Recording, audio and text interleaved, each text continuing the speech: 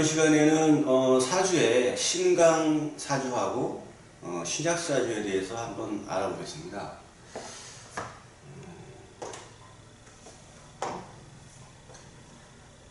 이제 사주 명리학을 공부를 하면 이제 천간과 지지의 어떤 그런 작용과 의미에 대해서 그 전에 이제 계속 공부를 했었고, 이제 그 사주 8글자에서 하나하나가 어떻게 작용하는지를 갖다 봐야 되는데요. 이제 거기서 이 사주는 신약하다, 이 사주는 신강하다를 구분해야 될 필요가 있습니다. 신강신약에 대한 어떤 그런 논리는 자평명리학의 이제 그 기본이 되고 있는데요. 그 자평명리학은 일주를 기준으로 해서 오행이 어떠한 오행이 강하냐 약하냐를 판단하는 겁니다. 그래서 태어난 날의 천간, 일간을 기준으로 해서 그 오행이 세력이 강하냐 아니면 왕하냐 약하냐 뭐 이런 걸 이제 판단하는 건데요. 이걸 왜 꼭 판단을 해야 되느냐 하면은 일단은 그 격국이 어떻게 구성되는지를 파악을 하려면 이 신강신약을 알아야 됩니다.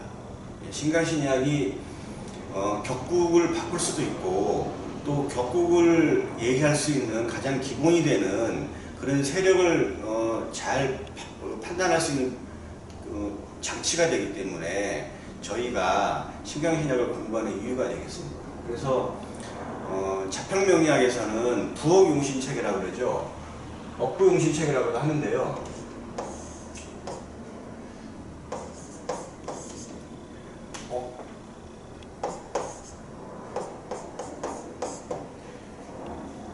이제 이건 억부인데 이건 누를 억자입니다. 그래서 이제 하나의 세력이 강하게 되면 이 오행의 힘을 이제 설기해주거나 극제하는 것이 이제 용신이 된다고 하는 이제 부업 용신 체계입니다. 부업 용신 체계는 자평명리학의 기본이 됩니다. 그래서 용신 구하는 방법이 크게 보면 5가지가 있는데, 그 중에서도 이제 억부용신이라고 해서 일간의 힘이 약하게 되면 일간을 생조한다든가 아니면 일간과 같은 오행으로 일간을 도와주는 거고, 일간의 힘이 너무 강하면 그 힘을 빼거나 아니면 극하거나 아니면 이제 극제하는 오행으로 해줘야 이제 그 일간한테 도움이 되는 그런 오행으로 보는 거죠. 그래서 이제 억부 용신 체계가 기본적으로 신강신약을 이제 파악할 수 있는 기틀이 되겠습니다.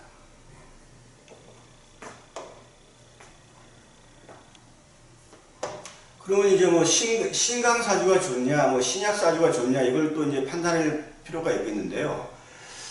일단 그 신강하다는 얘기는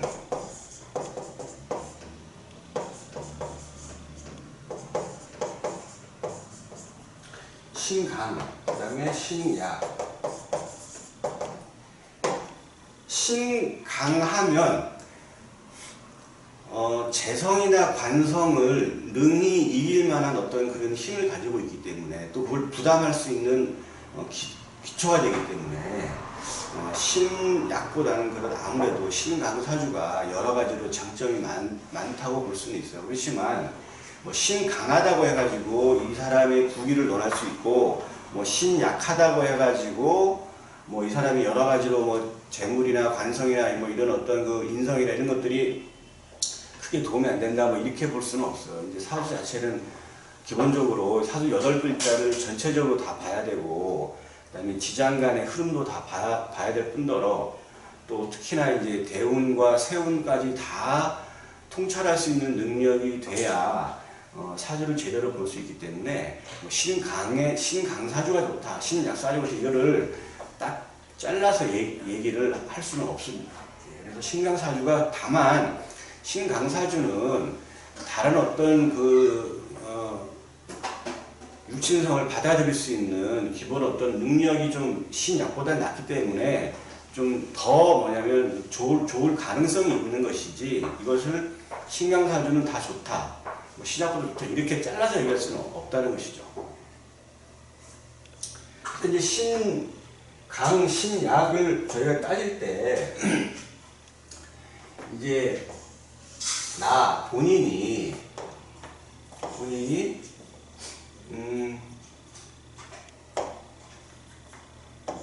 이게 이제 기본이 되겠는데요.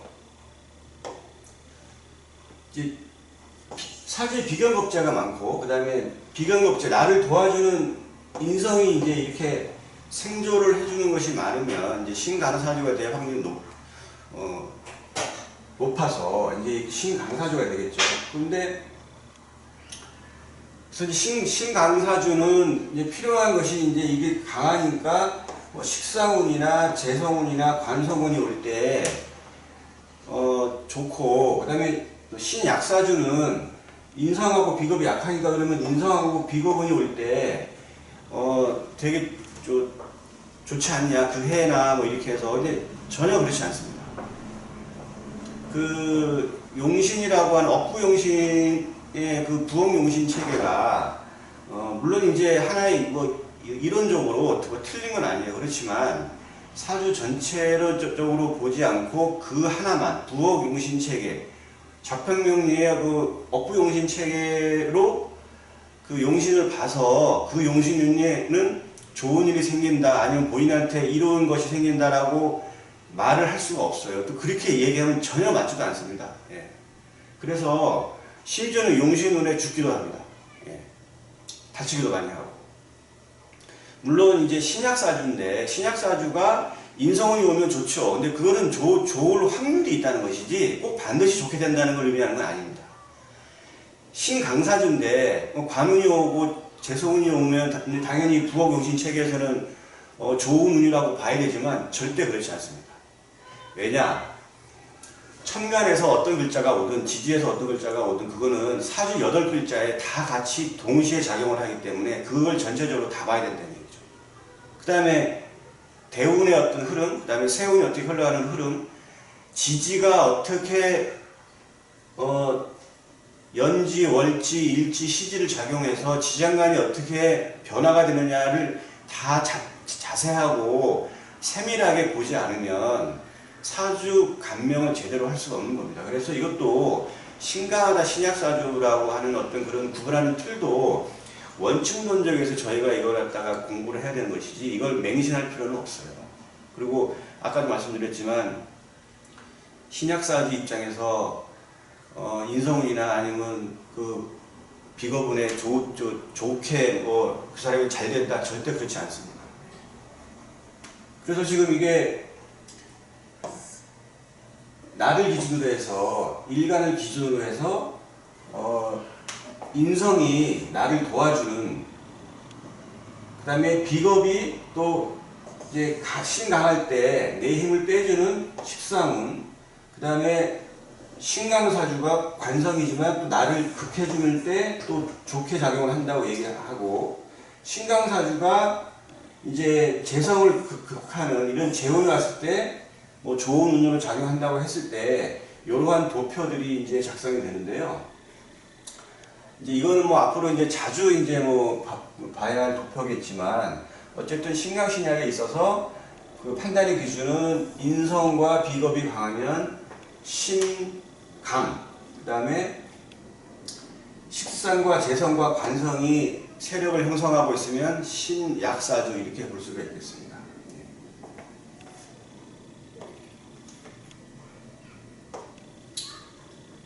예를 들어서 간목일간이 이제 있다고 할 때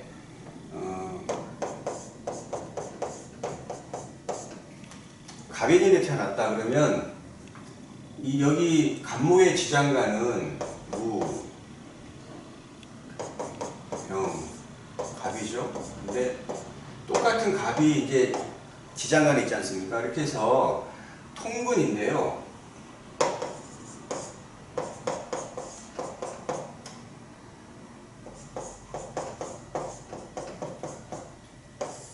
통근은 이게 뿌리 근자를 써서 드러난 천간이 지지의 근, 뿌리를 두고 있느냐 아니냐를 판단하는 겁니다. 그래서 천간이 지지의 지장간에 천간과 같은 오행을 갖고 있으면 통군했다고 보는 겁니다.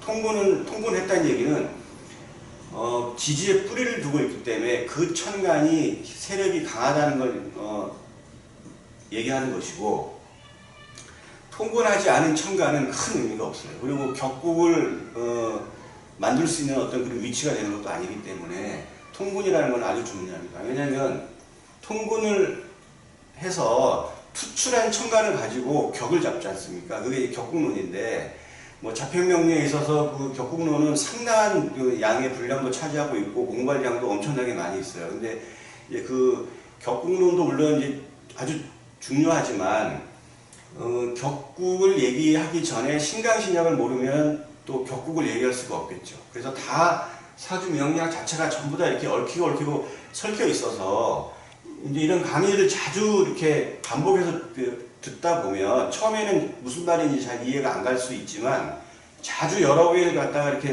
모아서 열심히 강의를 듣다 보면 그것이 이제 하나로 이렇게 좁혀지는 걸 느낄 수가 있거든요. 그래서 모든 건 종합적으로 이렇게 판단해 볼 필요가 있습니다.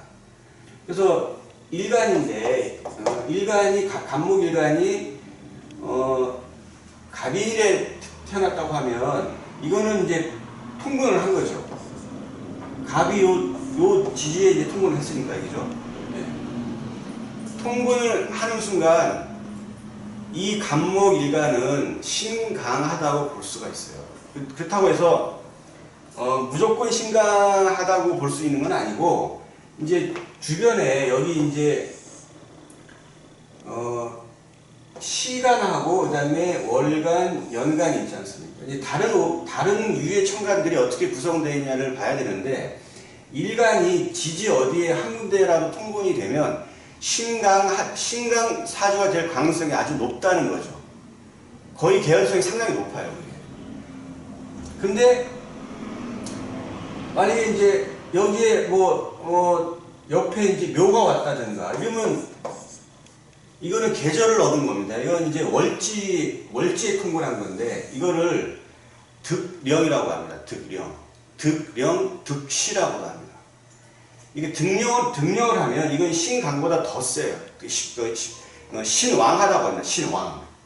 신왕. 이 왕하다는 얘기는 이제 왕상휴수사에서 이제 굉장히 이제 왕하다고 어떤 그런 개념인데, 그 세력을 얻었다, 계절을 얻었다. 그 통근에 우선 순위가 있어요. 통근은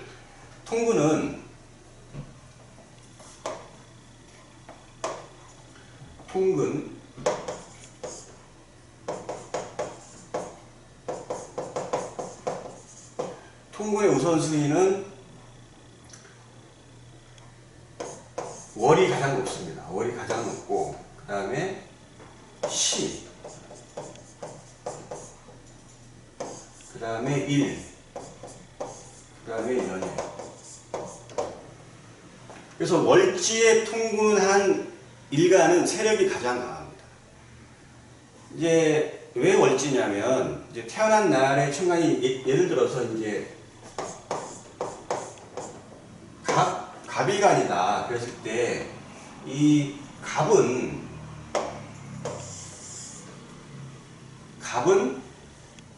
월지에 계절을 얻는다 그러면 봄의 계절이잖아요. 그러면 인목이나 묘목에 통근을 해야 돼요. 월지가 인이나 묘, 이거는 계절을 얻은 겁니다. 그 태어난 날의 천간이 이제 간목이었다 그러면 태어나는 순간 아기가 아니면 사람이 이제 갑이라고 하는 어떤 그 기운을 딱 먹고 이제 부모님 뱃속에서 태어났는데, 그거에 가장 뭐냐면 기운적으로 영향을 받는 게 계절이라는 거죠. 그러니까 월이니까. 근데 그 연은 올해가 이제 2020년 경자년 쥐띠인데, 연은 전체적으로 뭐냐면 그거를 다 1년을 관장한 거기 때문에 일간에 미치는 영향이 월지보다 월등하게 떨어지는 거거든요. 그러니까 이제 그 계절, 간목은 봄의 계절, 그 다음에 병화나 그 병정화는 여름의 계절, 그 다음에 경금과 신금은 가을의 계절, 그 다음에 임수와 개수는 겨울의 계절에서 그 계절에 해당하는 지지에 월지를 가지게 되면 그거는 득령했다고 해서 이거는 신왕사주입니다. 신왕. 그러니까 신강도 아니고 그 윗단계죠. 신왕사주. 아주 강한 거죠. 일간의 힘이. 그래서 이 순서는 월이 가장 강합니다. 그 다음에 이제 시예요. 시인데 시도 되게 중요하죠. 이제 그 아기가 하루 자축이며 진사오미 신유술의 12시간의 그 시간 중에서 어느 시간대에 태어났느냐. 그러면 여름에 태어난 병정화가 시간도 오시에 태어났다.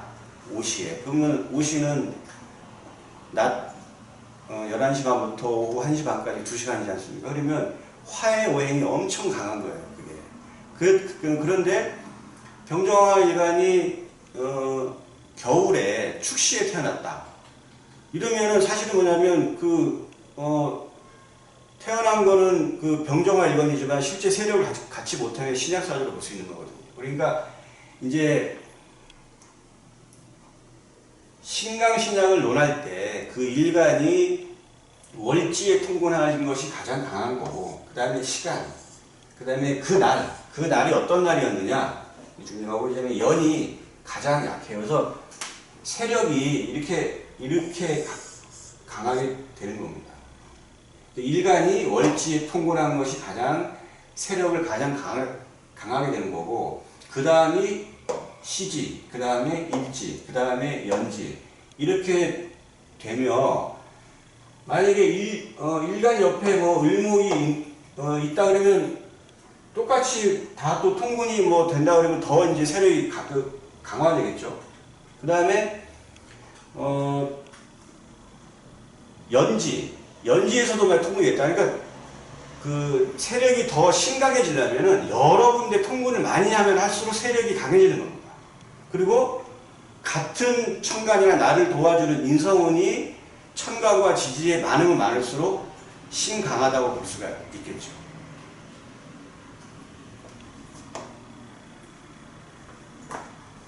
계속 간목 가지고 이제 한번 얘기를 해보겠는데요. 일간이 이제 간목인데 갑일일에 태어났다. 근데 이제 여러분들 그 삼합이라고 있잖아요. 삼합은 12운성상 생지하고 왕지하고 묘지가 합쳐진 거죠. 그러면 갑은 인에서 이제 이건 녹을 얻은 거죠. 녹. 통근도 했고, 근데 이제 갑은 오, 그 다음에 술.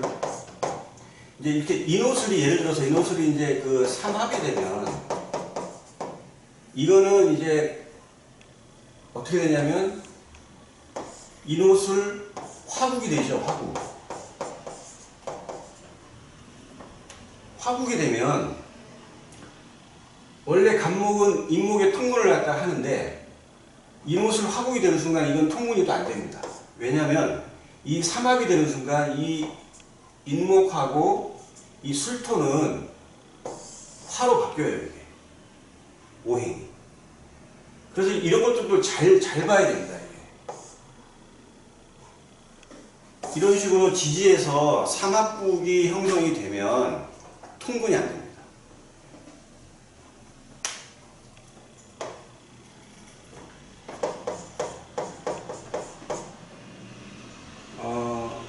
경금일간이 신월에 태어났다.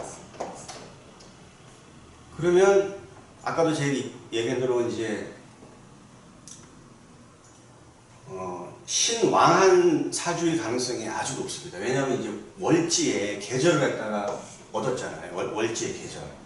경금이 신월에 태어났으니까 금의 기운이 얼마나 이제 강하겠습니까? 그런데 예를 들어서 이제 지지에서 이제 삼합국이 이렇게 되는 경우가 있어요. 경진이 이렇게 태어났는데 이제 신호를 태어났고, 예를 들어서 이제 이렇게 자가 됐다. 그러면 신자진 이렇게 해서 뭐냐면 또 삼합국이 됐죠. 신자진은 아시다시피 물을 넣으면 수국입니다. 금이 그냥 수로 바뀐 거예요, 이게. 그러면 이 경금은 이 신금의 통근이 될까요? 안 됩니다. 통근이 안 돼요. 그래서 이런 것들을 되게 주의해야 됩니다. 이제 이렇게 구성이 되는 게 있고, 이거는 이제 삼합인 경우에는 목, 화, 금, 수의 삼합국이 있는데, 삼합국은 목은 태묘미, 목, 그 다음에 화는 인호술, 금은 사유축, 그 다음에 수는 신자진. 목, 화, 금, 수. 이렇게 이제 삼합국이 이제 되면, 여기 지금 목의 오행인데, 여기는 지금 해는 수잖아요, 해. 그 다음에 미는 토잖아요. 근데 이제 삼합국이 되면은 이 토의 기운이 없어지고, 그 다음에 여기 해, 수의 기운이 없어지고, 목으로 바뀝니다. 인호술도 마찬가지입니다. 이게 화인데, 이것도 목이지만 이제 화로 바뀌고, 무톤도 톤데 이제 화로 바뀌는 거고, 사유축도 마찬가지입니다. 신자지도 마찬가지입니다. 이런 식으로 오행이 바뀌게 되면 통근력을 상실해요. 이제 만약에 이제 뭐 아까도 얘기했지만 갑목이 있었는데 갑이 되었는데 갑자기 여기서 이제 오술 돼가지고 이렇게 인호술이 됐다. 그러면 이 갑목은 여기에 통근이 안 되는 겁니다. 그러니까 신강사주가 될 확률이 높았는데도 불구하고 신약일 확률이 높아진 거죠. 거꾸로. 예.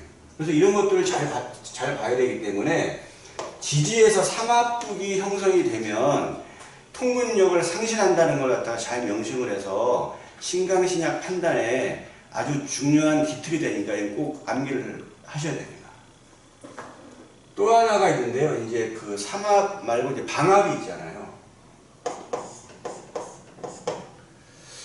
방합은 뭐 인묘진, 목, 그 다음에 사오미 화, 그 다음에 신유술 금, 해자축 수 이렇게 되죠.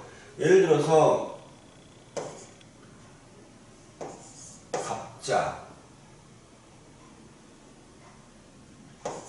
축. 그러면 해자축해서 이제 그 방합이 이제 성립이 된 겁니다. 수의 방합이. 근데 삼합하고 틀려가지고 이 방합은 지금 여기 해수 안에 간봉이 있잖아요. 무, 갑, 임. 그래서 해수에 간목이 이제 통분했다고 보는데, 이거는 여기서 또 해자축 방합이 성립이 됐는데, 이거는 이제 삼합하고 틀려가지고 방합은 통분이 돼요. 글자 하나하나에. 예, 통분이 됩니다, 이거. 그러니까 방합, 삼합의 통분이 이렇게 틀려요. 지지에서 삼합이 형성이 되면 오행이 바뀌기 때문에 통분이 안 되는 경우고, 이제 방합이 성립이 되면 삼합처럼 이렇게 오행이 물론 이제 합으로 인해서 그 세력이 강해지지만 글자 하나하나에는 통분을 한다는 얘기죠. 방합인 경우에는. 삼합인 경우에는 통분이 안 됩니다. 아예 바뀌기 때문에. 전혀 다른 오행으로 바뀌기 때문에.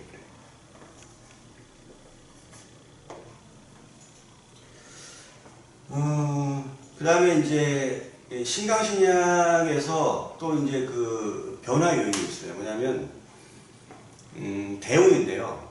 대운은 월지에서 나왔잖아요. 월지가 태어난 날의 월지에서, 그 월지에서 절기가 어떻게 구성되느냐에 따라서 대운의 그 날짜가 이제 나오고 개개인마다 다 틀리고 신년 대운이 이제 바뀌는데 대운이 내가 만약에 신약사주예요. 예를 들어서 갑신이고 여기에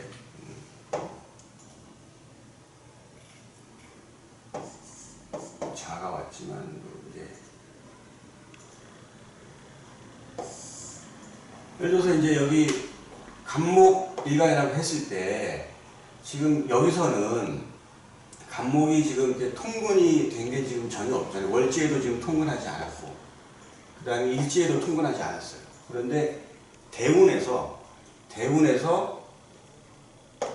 임, 묘 이러한 대운이 지지에서 대운 지지가 이렇게 그냥 들어왔다 그러면 대운 지지에 통분이 되는 겁니다. 그래서 이게 신약사주가 신강으로 이 대운을 잘 만나면 그렇게 또 그냥 바뀔 수가 있어요. 그래서 이제 요인이 신강신약이 바뀌는 요인이 지지에서 삼합이 어떻게 구성되느냐에 따라서 신강신약이 바뀔 수가 있고 그 다음에 대운에서 그 세력을 또 얻을 수 있는 그런 지지가 들어올 때도 또 신강신약이 또 바뀔 수가 있어요. 그래서 이런 것들이 아주 중요하기 때문에 대운까지도 봐야 됩니다. 대운은 또 이렇게 되면 격국도 바뀝니다. 그 대운 시기에 당연히 뭐 신약사주인데 신강으로 바뀔 수 있고 신강인데 신약으로 바뀔 수 있는 대운 그 시기 일정한 그 시기는 그 세력을 또 얻고 잃고 하는 어떤 그런 다양한 어떤 그런 그 현상들이 나오기 때문에 한 사람의 격국도 바꿀 수 있을 정도의 그런 어떤 그 신강신약 위치이동이 이제 바뀌게 되는 겁니다. 그래서 이것들을 굉장히 주의해서 신강신약을 판단을 하셔야 됩니다. 그래서 신강신약이 단순해 보이지만 이걸 하나하나씩 다 봐줘야 돼요. 삼합의 논리, 그 다음에 방합의 논리, 그 다음에 대운이 어떻게 흘러가느냐 이런 것들이 다 격국에도 영향을 미치고 신강신약에도 영향을 미치기 때문에 신강신약 판단 기준이 굉장히 쉽지만은 않습니다.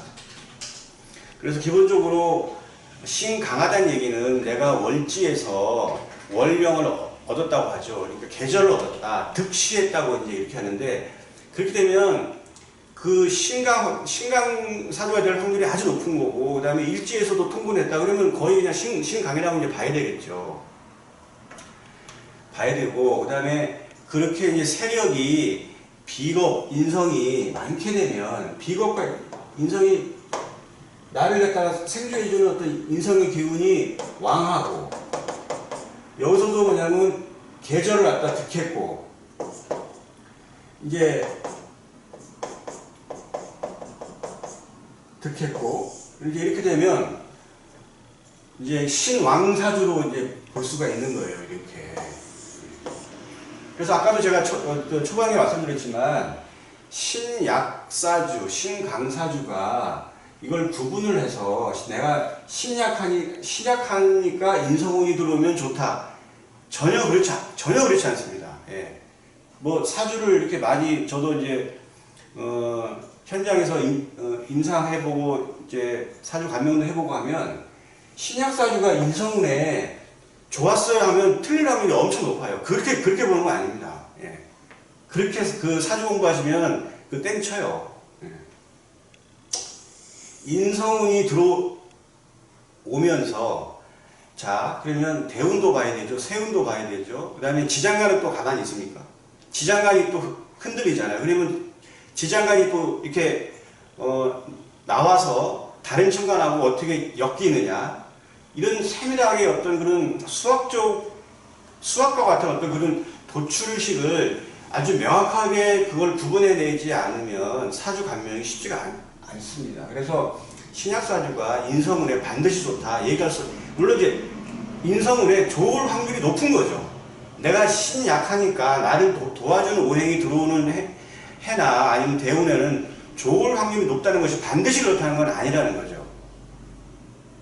그래서 그 자폐명리의 그 억부용신 체계, 부엉용신의 한계가 있어요. 그래서 이것도 쓰임에 있어서 여러 가지 어떤 이제 쓰일 때가 있겠지만 그거를 무턱대고 그냥 다 적용해가지고 한다 그러면 전혀 맞지가 않는다는 얘기죠. 사주는 종합적으로 판단해야 됩니다. 부업용신 체계에 있어서 업부용신이라는 것도 하나의 용신일 뿐이지 그 용신이 나를 모든 걸 다 더 좋게 해주는 그런 용신으로 작용하지는 않는다는 겁니다.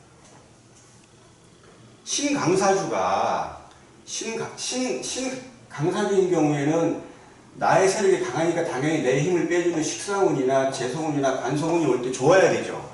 근데 좋지 않은 경우도 많아요. 그러니까 신강신약의 어떤 그런 판단으로 해서 업부용신을 만들어서 그 업부용신이 들어오는 해 좋았죠. 이렇게 물어보면 안 된다는 얘기죠.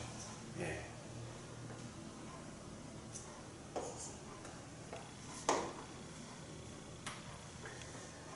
그래서 이제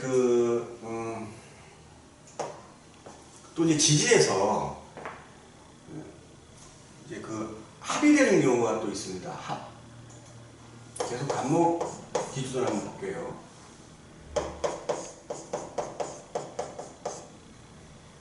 인목은 해수하고 인해합을 하죠.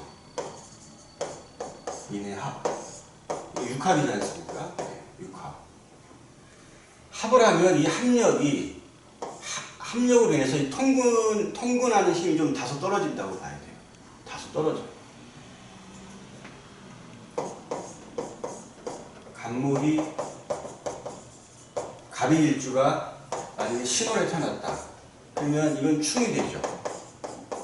인신충. 이건 통근이 안 됩니다. 그러니까 사주에서 이렇게 충이 되어 있으면 이미 뭐냐면 그 지지는 충이 되어서 이 간목이 이 충으로 인해서 여기에 인목에 통근이 안 된다는 거죠. 그러니까 이제 아까 그 삼합인 경우에도 통근이 안 된다 그랬죠. 그 다음에 충일 때도 통근이 안 됩니다. 그 다음에 이제 이거는 인신충이 되고, 그 다음에 이제 뭐 이렇게 아까 인해합인 경우에도 약간 그 통근력이 좀 떨어진다고 봐야 되고요. 그 다음에 형살이 있는 경우에도 통근력이 좀 떨어진다고 봐야 돼요.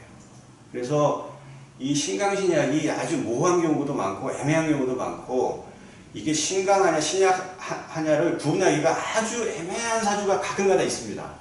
예, 그럴 때 이렇게 세밀하게 보지 않으면 신강신약이 이게 바뀌어요. 이게 그렇기 때문에 아주 잘 봐야 됩니다. 그리고 신강신약은 애기 태어난 사주를 가지고 장명을 할 때나 아니면 계명을 할 때 또 신강하나 신약사주를 구분을 해서 이 사주가 필요한 오행이 뭔지를 부엉용신 체계로 분석을 해서 이름 한자에 사주의 약하고 좋고 아니면 강하고 이런 걸 잘 분석을 해서 사주의 단점을 보완해서 한자에 어떤 오행을 이름에 넣어주느냐를 판단하는 그런 기준이 될 수도 있기 때문에 이 신강신약은 아주 똑바로 자세히 좀 배울 필요가 있습니다. 그래서 아까 제가 말씀드린 대로 단지 그냥 뭐 통근했다 하났다 물론 그것도 봐야 되지만 지지에 삼합국이 형성이 되어 있느냐 아니면 지지에 형살이 있느냐 지지에 삼합이 있느냐 이런 충이 있느냐 이런 것까지 뭐 형인 이걸 다 봐야 된다는 얘기죠.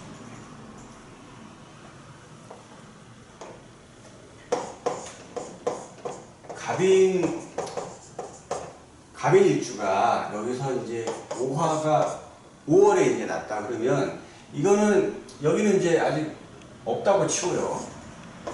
그러면 여기 인5하고 이렇게 반합이 됐잖아요. 이거 반합인 경우에는 어떻게 되냐? 아까 여기가 만약에 인5 술이었으면 이게 이제 삼합이 돼가지고 화의 오행이 되기 때문에 간목은 여기에 통근이 안 되잖아요. 근데 예를 들어서 이제 이게 없다. 그냥 인5만 있다 그러면 이건 반합인데 반합인 경우에는 통근을 합니다. 반합인 경우에.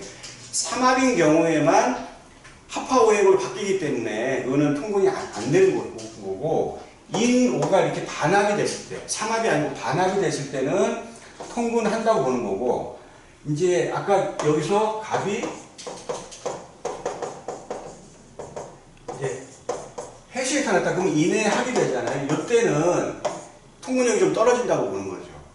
합을 하고 있기 때문에 축의 경우에는 만약에 임신축이 됐다 그러면 아예 그냥 통분이 안 되는 것이고. 그래서 이제 전체적으로 뭐 신강신약을 이제 나눌 때 인성하고 비겁이 이제 아주 좀 세력이 좀 높을 때 이제 그럴 때는 이거는 이제 신강하다고 봐야 되겠고요. 이제 세력적으로 다 봐야 되겠죠.